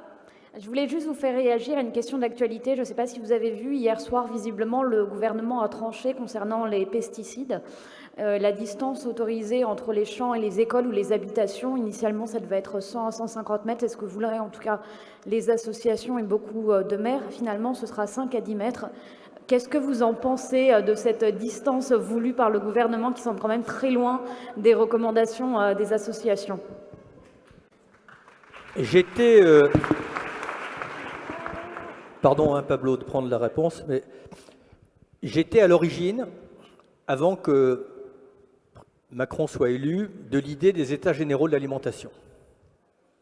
Je le dis parce que je pensais que c'était très important, dans un domaine qui est toujours en crise, un moment de se poser longtemps avec l'ensemble des acteurs pour essayer de voir comment on pouvait faire mieux et autrement. Parce que je considère que l'agriculture aujourd'hui, telle qu'elle s'exerce, ce n'est pas une fatalité, c'est une forme de résignation. Et qu'il y a toutes les conditions réunies pour faire un saut qualitatif, y compris pour la tranquillité psychologique des paysans. Quand il y a eu ces États généraux de l'alimentation, il y a eu un atelier piloté par Dominique Potier qui a recensé les idées, les préconisations de la société civile. Il n'y avait que de l'intelligence.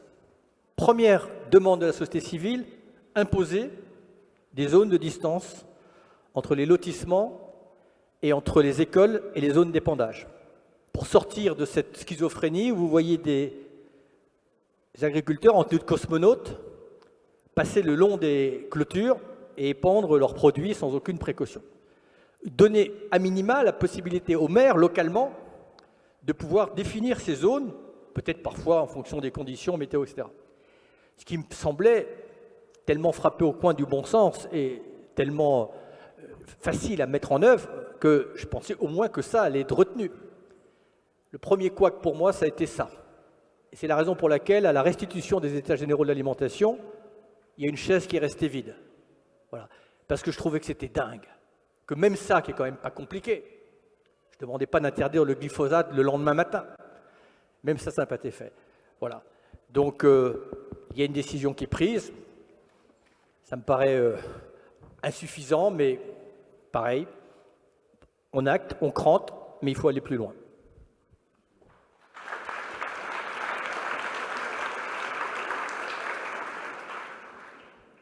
Bonjour à tous. Est-ce que ce ne serait pas le bon moment pour cette année 2020 qui se prépare de créer une véritable chaîne de télévision citoyenne, un véritable réseau social citoyen et de coupler les deux, de les lier? Je vous laisse imaginer ce que ça peut donner. Ça n'existe pas encore. Ma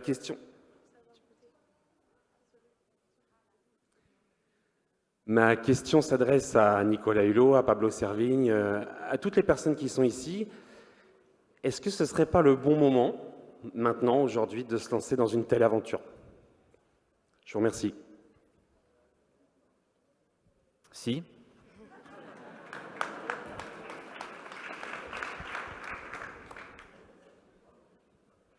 Et bon courage. Non, on peut le faire, ouais, c'est possible. Allons-y. Enfin, je veux dire, c'est le moment, on est tous réunis, il y a de l'énergie. Profitons-en. Merci d'avoir pris la parole.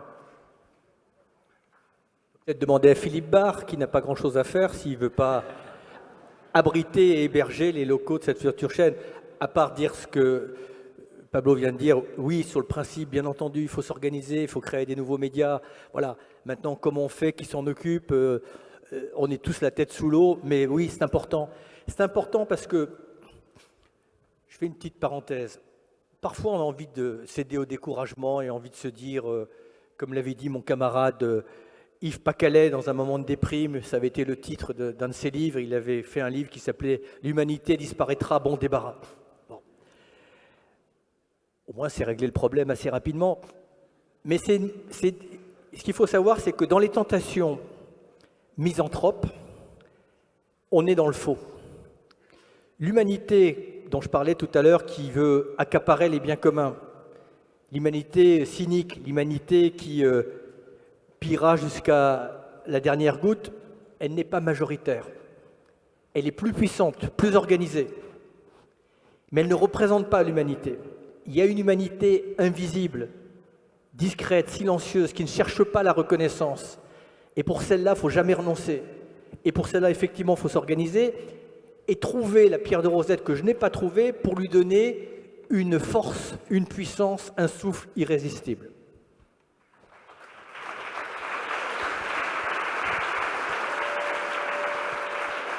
Sur le sujet des médias, je vous invite à regarder le site imago.tv, je crois, qui regroupe plein de documentaires, de podcasts, de vidéos de youtubeurs sur les sujets qui nous importent, notamment liés à l'écologie.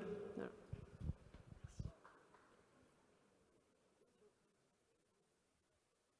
Bon, je suis un peu impressionnée de parler devant autant de personnes, donc merci Pablo et Nicolas d'être venus aujourd'hui.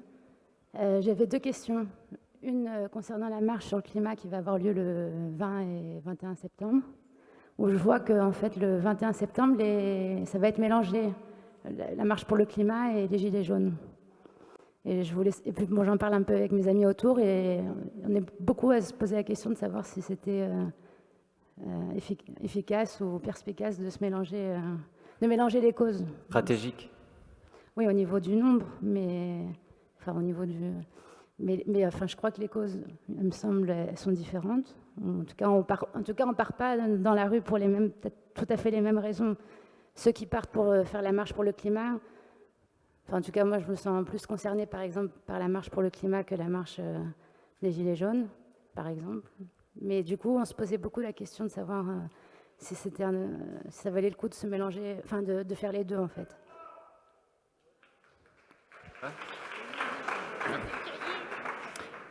Ben, ça dépend de chaque sensibilité, mais moi je trouve qu'il y a une convergence exceptionnelle en ce moment entre le mouvement des Gilets jaunes avec ces revendications de justice sociale, et d'énergie aussi, d'accès à l'énergie.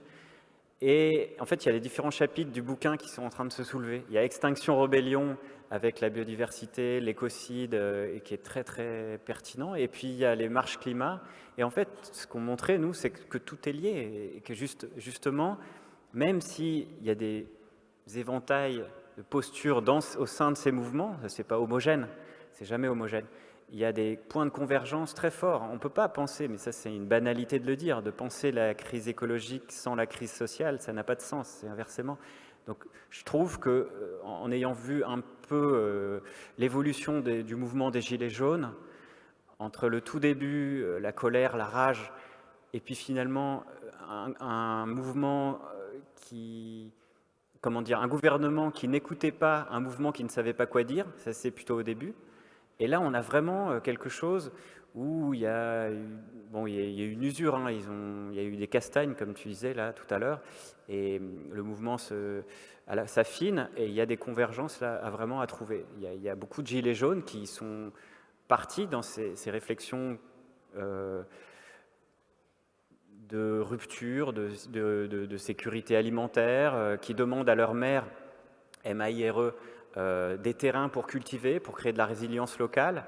Il y a une assoce qui s'appelle SOS Maire, justement, avec Alexandre Boisson, qui donne les outils pour aller interpeller les maires de chaque ville, et le mieux, c'est les villes en dessous de 500 habitants, pour aller, et c'est légal de le faire, pour aller augmenter la sécurité alimentaire. Voilà. Donc il y a plein de choses à faire, et je pense qu'il y a une convergence à trouver, et cet automne, cette rentrée, va être importante pour ça. Surtout si on a une crise financière sur fond de conflits sociaux, alors là, ça risque d'éclater vraiment.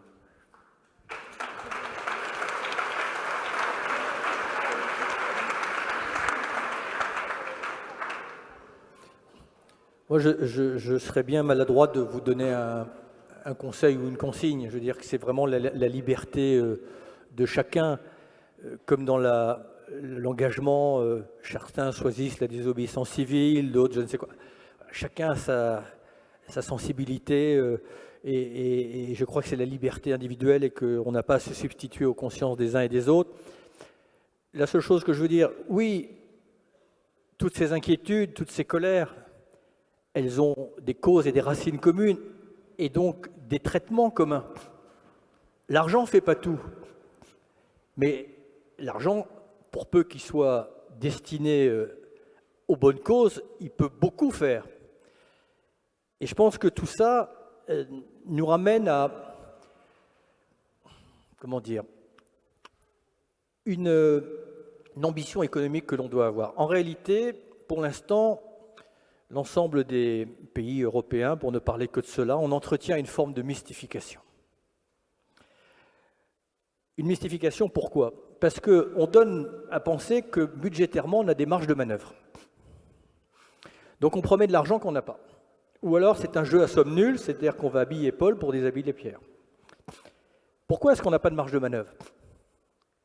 On n'a pas de marge de manœuvre non plus pour amorcer la transition écologique, pour aider les agriculteurs à se convertir, pour aider les plus démunis à réduire leur consommation, à changer de véhicule, à construire des transports en commun, le fret ferroviaire, parce qu'on n'a plus de sous. On n'a plus de sous. On n'a plus de sous, pourquoi? Parce qu'au fil du temps, on s'est accommodé qu'un pan entier de l'économie s'est organisé pour échapper à la solidarité des États. Et pour moi, l'essentiel, il est là. Quand un artisan, un contribuable, va dissimuler maladroitement ou volontairement 500 ou 1000 euros, il va se retrouver au pénal. Mais quand une multinationale profite du vide qu'on lui a laissé et de l'opportunité par un système d'optimisation fiscale d'échapper à l'impôt, personne ne dit rien. Quand on laisse la finance spéculative, quand on laisse quelqu'un derrière son ordinateur en un millième de seconde acheter du maïs qui ne verra jamais simplement pour en faire monter les cours, eh bien ça, tant qu'on s'accommodera de ça, on promettra de l'argent que l'on n'a pas.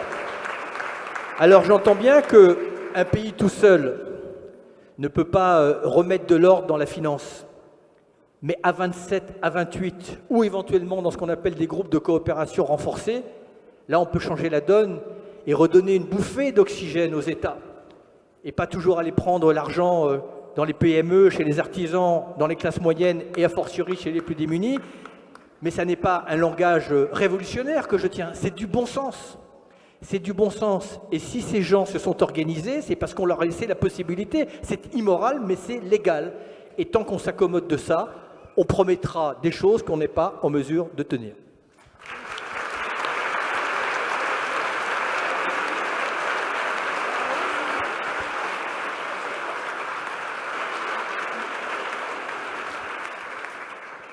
Merci, je vois que le prochain débat se prépare. Je voulais juste faire une petite proposition, c'est très court. Nicolas, Alexia, maintenant depuis un an, tu es sorti du gouvernement, le ministère de la Transition. Je propose qu'on laisse tomber le mot transition, qui me paraît trop... Non. Alors peut-être, parce que je propose de laisser tomber le mot transition, qui est trop édulcoré, devenu trop technocratique, trop lent, et qu'on passe à plutôt un état d'urgence. Je sais que j'ai appris récemment qu'en France, il y a 3 états d'exception. Il y a un moment, quand ça va mal, il y a l'état d'urgence, l'état de guerre ou l'état de siège. Siège, c'est la guerre civile. Et si on proposait un nouvel état d'exception, pour arriver à ce que tu disais au début, et que d'autres disent, de penser le long terme, on a une rupture dans la forme de gouvernement, on pourra l'appeler, je sais pas, l'état de sagesse, au lieu de l'état d'alerte, et on pense le long terme tout en pensant l'hyper court terme, c'est-à-dire la gestion des catastrophes. Parce qu'aujourd'hui, le gouvernement, il ne sait pas faire, il est dans le court terme, mais il ne sait ni gérer les catastrophes systémiques, ni gérer le long terme. Et donc voilà, je proposais de laisser tomber le mot transition, et si jamais il y a un ministère de l'état d'urgence, est-ce que tu y retournes?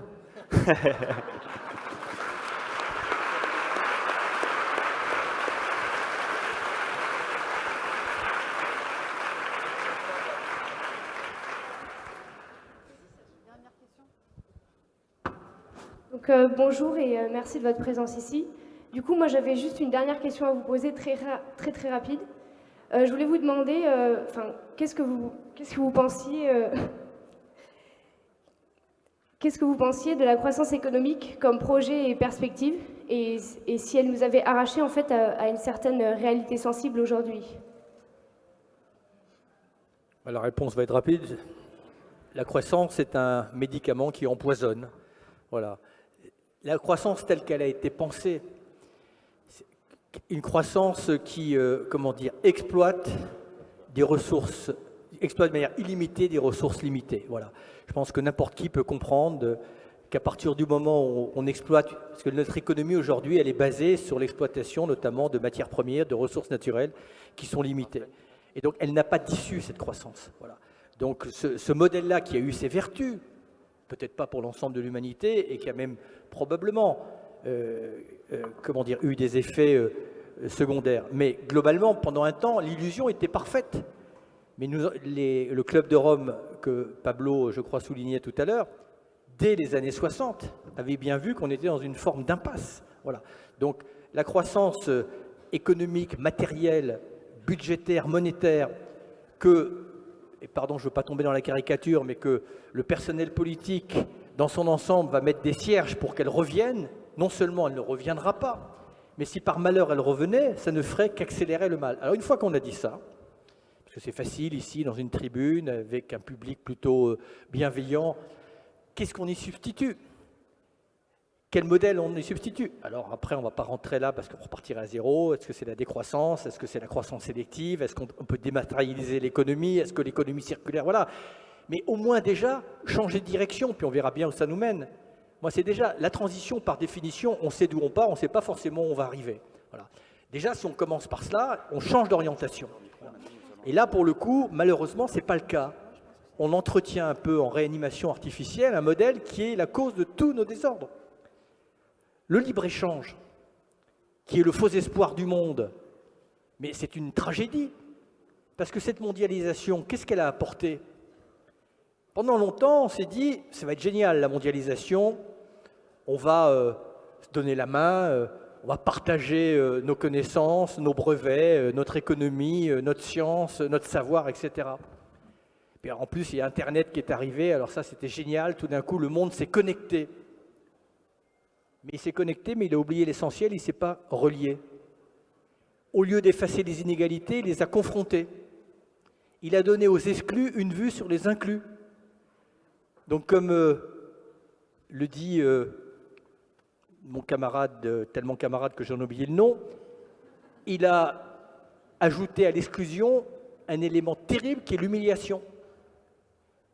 Et c'est pour ça, je peux peut-être conclure, que ceux qui se posent des états d'âme, savoir si on peut avoir un monde plus solidaire ou pas, ce n'est pas une question morale. C'est que maintenant que les inégalités s'exposent, maintenant que des hommes et des femmes se rendent compte par la télévision, par Internet, que par un mauvais sort géographique, une mauvaise loterie géographique, selon qu'ils naissent ici ou qu'ils naissent là, leur espérance de vie, leur succès dans la vie n'est pas le même. Ce monde n'est pas viable. Donc il faut que l'humanité reproduise, copie les lois de la nature, dont le principe premier, c'est le partage et l'entraide, ça a été dit par un de tes compagnons. Voilà, un modèle qui accapare, un modèle qui concentre, un modèle qui détruit, n'a absolument aucune issue favorable.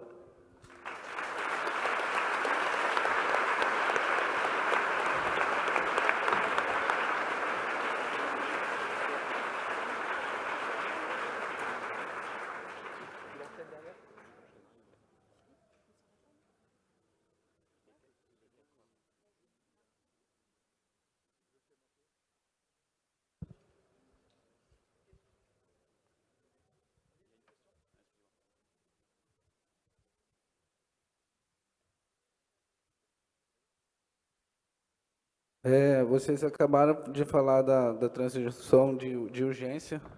E será que nesse estado de urgência cabe a segurança de descolonizar e descolonizar o pensamento e as relações e deixar o nosso planeta respirar?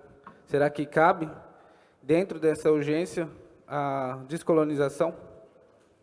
Est-ce que dans cette urgence, la décolonisation rentre dans notre planète? Parce que vous avez parlé, là je rentre un petit peu en train de, mais est-ce que cela a une place?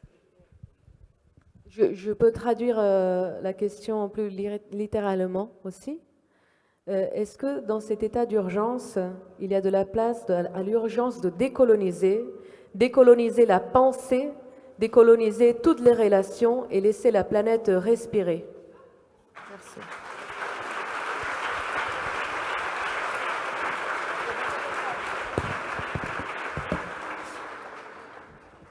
Ça tombe bien parce que on m'a demandé de faire le petit lien avec l'intervention de Raoni derrière nous. Oui.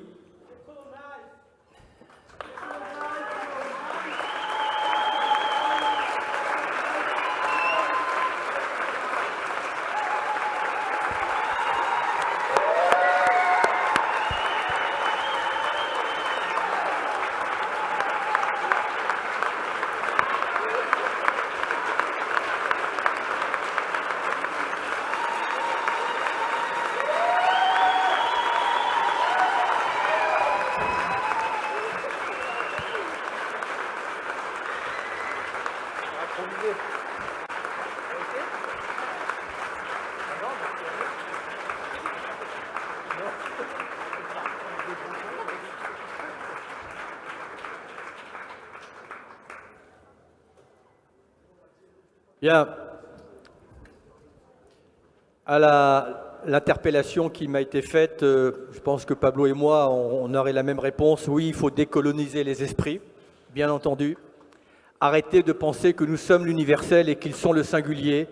Non, ils sont autant l'universel que nous sommes l'universel.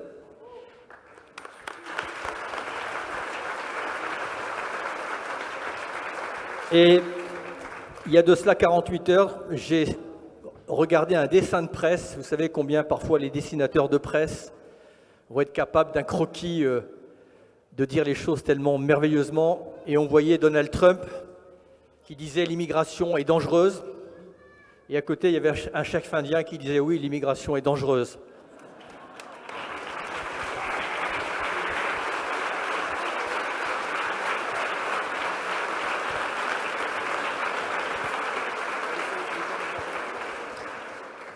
Je voudrais simplement m'en laisser de la parole je me permets de le dire, à mon ami Raoni, parce que j'ai un profond respect pour lui, mais pour tous les peuples indigènes qui auraient eu tout loisir de céder à la violence et qui n'y ont jamais cédé. Raoni pourrait être, avec sa délégation prix Nobel de la paix, largement méritée.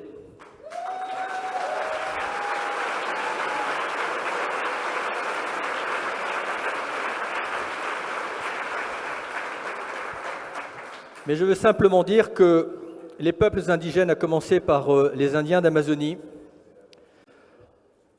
on les a tués 3 fois. On les a tués quand on a soi-disant découvert cette Amérique.